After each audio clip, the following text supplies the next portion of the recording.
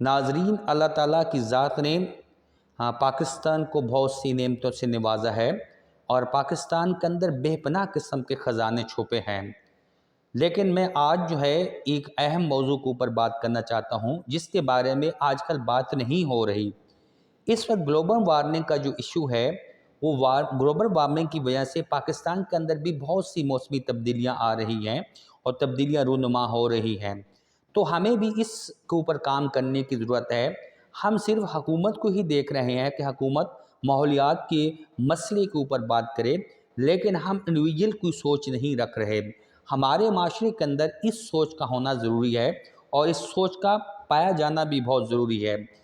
मैं एक नावल पढ़ रहा था जिसके अंदर ये लिखा था कि माजी के अंदर जब भी कोई बच्चा पैदा होता था तो उनके वालिदैन एक दरख्त भी लगा देते थे, एक पौधा लगा देते थे, और जो नाम उस बच्चे को वो अता करते थे, देते थे, उसी तरह का नाम उस पौधे को भी दे देते थे। और जिस तरह वो नरिश करते थे, बच्चे को नरिश करते थे, ब्रिंग अप करते थे, इसी तरह साथ साथ जो है वो पौधे को भी बनाते थे। और इस तरह जब वो बच्चा एक बहुत बड़ा हो जाता था तो उसके नाम वाला दरख्त भी तनावर हो जाता था।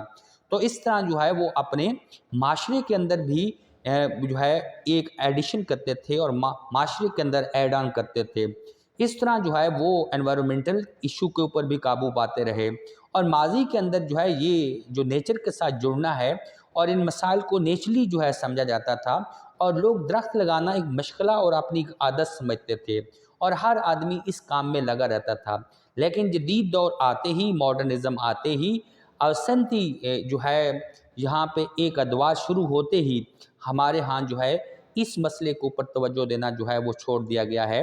अगर हम माजी की हुकूमत को देखें तो बिलियन ट्रीज़ के नाम से जो मंसूबा था वो एक बेहतरीन मंसूबा था। सियासी इतबार से कतई नज़र, सियासी इख्तलाफ अपनी जगह, लेकिन उन्होंने एक बहुत अच्छा मंसूबा किया और इसका फ़ायदा जो है वो आवाम को हुआ और पाकिस्तान को हुआ। तो इसलिए आज की इस दौर के अंदर हमें भी दरख्त लगाने हैं और अपने माहौल को साफ़ रखना है। और माहौल को साफ़ रखने के लिए हमें एक इंडिविजुअल लेवल पर ज़िम्मेदारी लेने की ज़रूरत है, ना कि हम जो है हुकूमत पे सारी चीज़ें डाल दें।